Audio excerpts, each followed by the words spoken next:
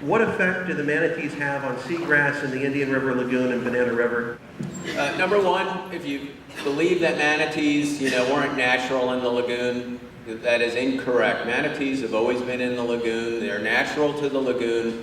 What has happened over the last, let's say, 20 years is as a species that were listed as endangered, they have come under protection, and that population, which used to be in the hundreds, is now in the thousands. And in a healthy system, where you've got manatees, migrating in and out with adequate resources, the system itself will find a balance. There'll be a carrying capacity, and you won't see that herd, get bigger than carrying capacity. Since 2011, and I'm going to average this, we've lost, on average, over 60% of the seagrasses lagoon-wide, but we have segments of the lagoon, like Banana River, that's probably pushing into the 90% seagrass loss, which is the natural food for manatees.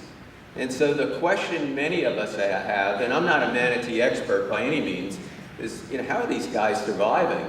And the answer is that they're struggling. They are eating foods they not normally eat, including some of that, that algae, the macroalgae and seaweed. Some of you see them on shorelines, chewing on red mangrove leaves. Some of you who have sod right up to the edge of the lagoon see them chewing on your uncut lawns. And so, they will go where the food is. And so very much like the buffalo on the plain, if you don't have grasses, if the system is out of whack, out of balance, then everything's out of balance. And right now, I am actually stunned that we haven't seen a massive either morbidity or mortality event with manatees, because I just can't figure how they're finding enough to eat the amount of food that you're talking about.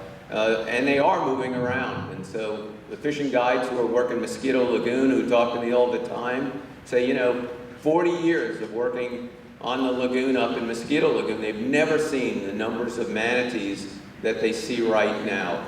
So I think this herd will be managed, by the resources. I think it's going to be sad to watch if we see that decline.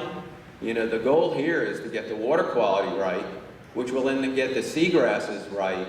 And then we're going to have, I think, a long discussion, not just about manatees as a species in the system, but many of the other species, like oysters, like some of the fish stock that we have, and get a handle on, what I would call a more holistic ecosystem management approach.